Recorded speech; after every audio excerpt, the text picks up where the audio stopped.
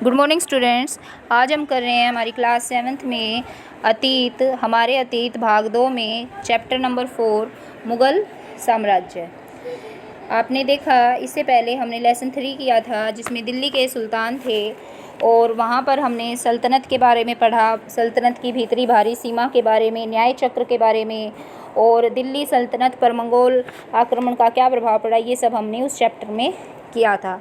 इस चैप्टर में हम पढ़ेंगे कि मुग़ल कौन थे, मुग़लों ने किस तरह से अपना साम्राज्य स्थापित किया था। तो हम आते हैं इस चैप्टर को करने के लिए, शुरू करते हैं। देखिए, मुग़ल जो थे इन्होंने 16वीं सदी के उत्तरार्ध से इन्होंने दिल्ली और आगरा से अपने राज्य का विस्तार शुरू कर दिया था और 17वीं शताब्दी में लगभग संपूर्ण महाद्वीप में इन्होंने अपना अधिकार क्षेत्र प्राप्त कर लिया था। तो इस तरीके से आप देखते हैं कि इन्होंने 16वीं सदी के आखिरी से इन्होंने शुरुआत की दिल्ली और आगरा से अपने राज्य मुग़ल राज्य का विस्तार करने की, और 17वीं शताब्दी में तो इन्होंने संपूर्ण अपना विस्तार ही कर लिया था। अब आता है हमारा क्वेश्चन कि मुग़ल कौन थे। देखिए, मुग़ल कौन थे। मुग़ल जो थे बच्चों, ये 2 महान शासक वंशों के वंशज थे। माता की ओर से तो ये मुग़ल कहलाते हैं कि मंगोल शासक थे उस समय चंगेज़ खान, जो कि चीन और मध्य एशिया के कुछ भागों पर राज करता था। ये उसके उत्तराधिकारी हैं Mughal. I repeat again, Mughal 2 महान शासकों के वंशों के वंशज थे। एक तो है मंगोल शासक, मंगोल शासक चंगेज़ खान, जो चीन और मध्य एशिया के कुछ भागों पर राज करता था, उसके उत्तराधिकारी थे। अच्छा, अब माता की तरफ से तो वो मुग़ल कहलाए, अब पिता की तरफ से वो तैमूर कहलाना पसंद करते थे, क्योंकि पिता की ओर से वे ईरान, इराक, वर्तमान तुर्की के जो उस समय शासक थे तैमूर, उसके वंशज थे। ये लोग मुग़ल अपने को मंगोल कहलवाना इसलिए पसंद नहीं कर रहे थे क्योंकि चंगेज़ खान से अनेक जुड़ी हुई स्मृतियाँ नरसंहार, यानी कि जो नरसंहार है उससे संबंधित थी। लेकिन दूसरी तरफ मुग़ल तैमूर के वंशज होने पर अपना गर्व अनुभव करते थे, प्राउड फील करते थे कि हम तैमूर वंशज के हैं।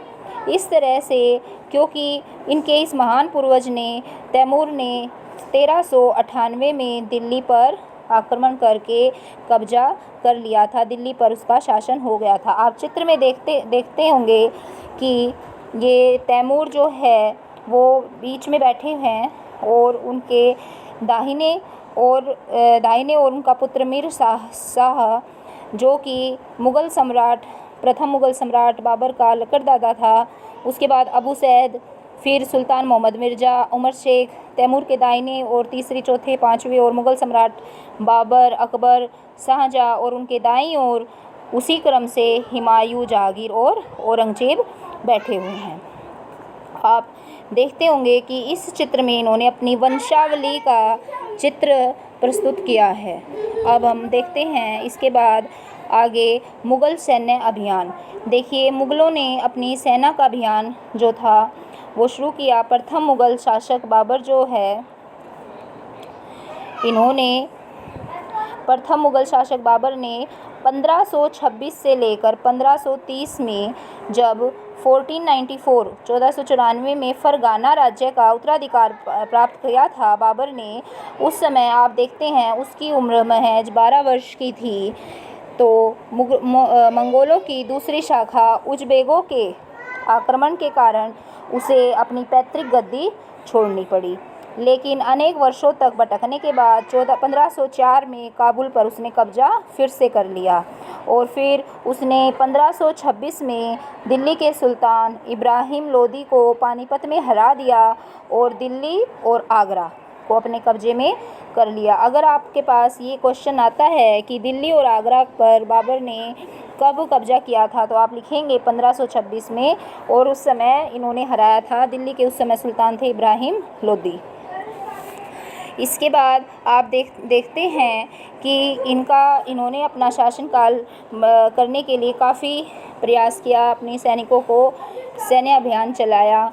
आप देखेंगे कि तैमूर ने तो उस समय दिल्ली पर हमला 1398 में किया था। उसके बाद आप देखते हैं कि बाबर जो है इन्होंने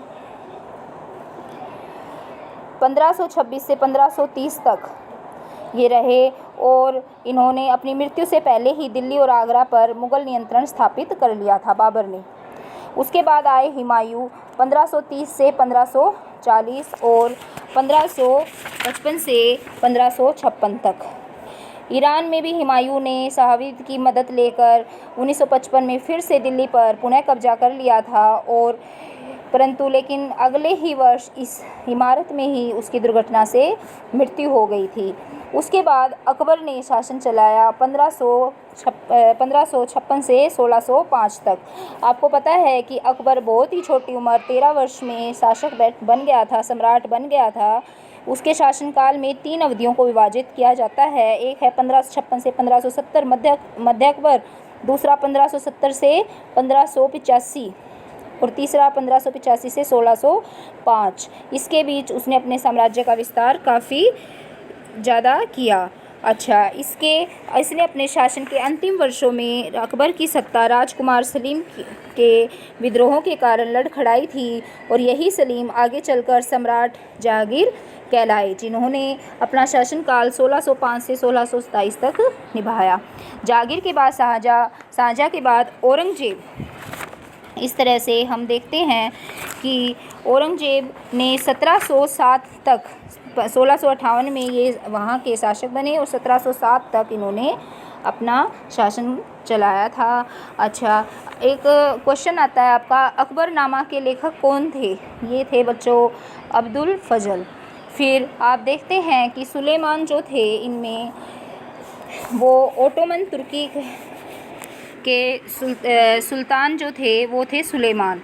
और औरंगजेब जो था, जिसने 1658 से अपना साम्राज्य चलाया 1707 तक, इसने कभी भी सुलह एक कुल के सिद्धांत को नहीं अपनाया।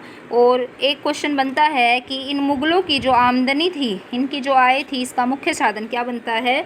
वो साधन बनता है बच्चों भूमि का राजस्व। ये भूमि से उस समय कर लेते थे। तो इस तरह से आपके इस 4th चैप्टर में पूरा मुग़ल साम्राज्य, उनकी आय, इनके बारे में आप पढ़ेंगे। आज का आपका जो होमवर्क है वो है कि आप इस लेसन में को अच्छे से रीड करें और इसके साथ साथ 10 क्वेश्चन आप इन बिटवीन 10 क्वेश्चन आप रफ नोटबुक में लिखेंगे। आई होप आपको समझ में आया होगा। Thank you.